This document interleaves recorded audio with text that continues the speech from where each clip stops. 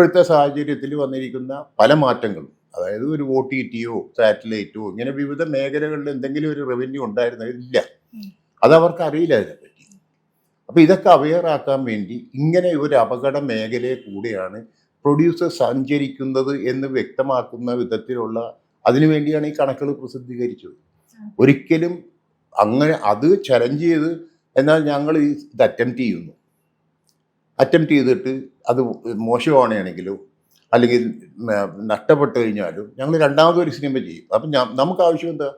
Chain of production. അതായത് ഒരു കൊല്ലത്തിൽ മിനിമം 2 പടമോ അല്ലെങ്കിൽ 2 കൊല്ലം കൂടുമ്പോൾ ഒരു പടമോ, ഒരു പടം കഴിഞ്ഞിട്ട് വേറൊരു പടം ആയിട്ട് വരുന്ന അവരുടെ ഒരു പാഷൻ എന്ന് പറയുന്ന കാര്യങ്ങൾ തിരിച്ചറിയുന്ന എവിടെ? Second picture whether it is failure or not, second picture വരുമ്പോഴാണ്, അതിലെ തേർഡ് പിക്ചറിൽ വരുമ്പോഴാണ്. ഇവിടെ വന്നിരിക്കുന്ന എല്ലാ ബാനേഴ്സും ഒരു സിനിമ കൊണ്ടുണ്ടാക്കിയ ബാനർ അല്ല അത്.